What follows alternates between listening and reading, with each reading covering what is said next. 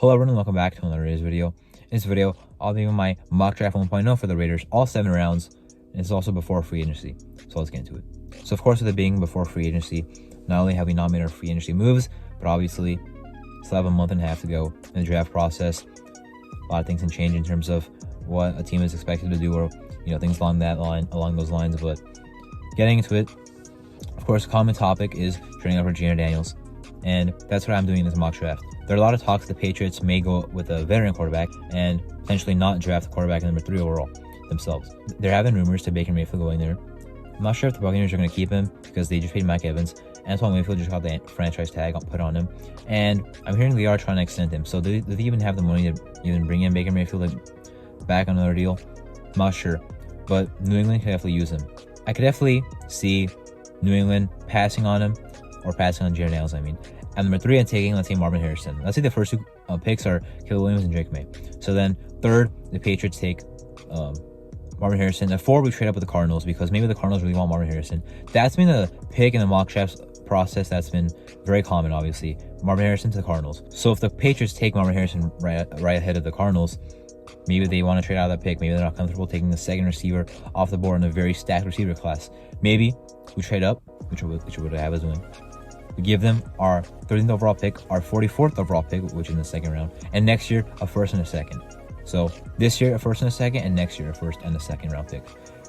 Maybe we need to do more than that. We are trading up 9 spots, but that's what I was doing in this mock draft. And selecting Jalen Daniels. I think he's a guy that can be a difference maker in the ground and the air. I also put out a scouting report on Jalen Daniels on my channel. If you'd like to check that out, I think he's a great player himself, and he can bring what we need. Obviously, look at his experience working with a scrambling quarterback, but hopefully Jalen Daniels can throw better than Justin Fields has so far in his time with Chicago.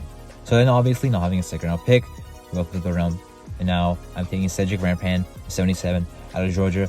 A pretty well-liked guy, I'd say, throughout the process of mock drafts and the draft process, and he'd pretty much be our instant starter. Now, I also released a video about free agents I would potentially re-sign from our team, and all these names I was kind of uncertain about.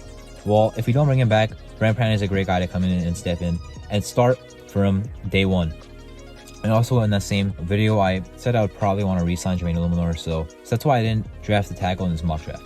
But in the interior, I did get Cedric Rampan to start at center right away. Then, in the next round, I was taking Mason McCormick, who is a guard out of South Dakota State. He is a pretty athletic guard. He had a 9.97 RAS score, the max of the 10. He had a nice score, obviously. He did play most of his snaps at left guard in college, so we would probably have to move him over to right guard, assuming we're keeping Dylan Parham at left guard. And he did play right guard as a freshman, but that was a long time ago, so he would have to kick over. But, of course, a guy, like I said, he's got solid size. He's about 6'4", 310 pounds. I'm not sure if he'd start right away, but I think we kind of need him to, right? Because if we're having Rampan start at center, Parham staying at left guard, Mason McCormick may have to start right away at right guard for us. And of course, I was keeping Illuminor again at right tackle.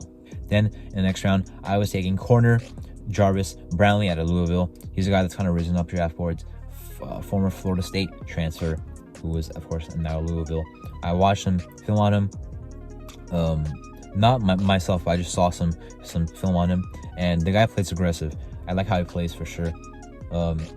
Now, we don't really run the same type of man defense I saw him running with Louisville. I'm not sure if that's their defense, but that's what I saw him doing a lot. We're a zone team, obviously, with Patrick Graham. But if the guy's aggressive like that, if the guy can play sticky like that, I would like that a lot. Corner here to pair with what we already have.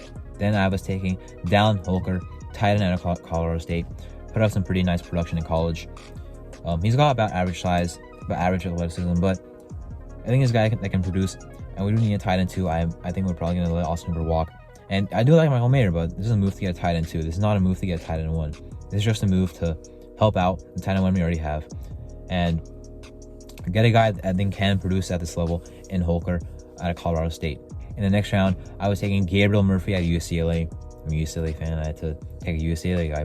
But anyway, Gabriel Murphy is a defensive end, and I'd say he's pretty well balanced against the run and the pass. This is more for depth, obviously. I love Malcolm Kuntz. Hopefully Tyree Wilson can keep developing, but still want to get another guy in there, in that room, fresh body. Played pretty good on the UCLA defensive line. alongside Laiatu, of course, and his twin Grayson Murphy. In the 7th and final round, I have us drafting a defensive tackle, Jalen Cromedy out of Mississippi State. He's had about average production for a defensive tackle in college, which is not that many sacks, by the way. In college, like you don't see many defensive tackles that have that many sacks. I mean, Jalen Carter, his last year in college, had like 3. So he hasn't put up the most production, but he's a guy that can produce consistently. He played for 5 years in college, all at Mississippi State, and just getting another guy to fill the room. I think that at this point it was the 7th round. I was looking for talent, but something that I would consider is, like, we've already done this before. Matthew Butler out of Tennessee, a 5th round pick. We had Nessa Jade, a 7th round pick. And we've had Byron Young, a 3rd round pick, who have all not panned out so far. So I'm kind of concerned about we're just stacking the room with defensive tackles that were drafted late. Hopefully it's the one that can actually translate some production, because we haven't seen anything from the other guys that I mentioned. But still, it's early for all 3 of them. But anyway, that was my Raiders 7th round mock draft before free agency, of course. I'm Arto, and thank you for watching.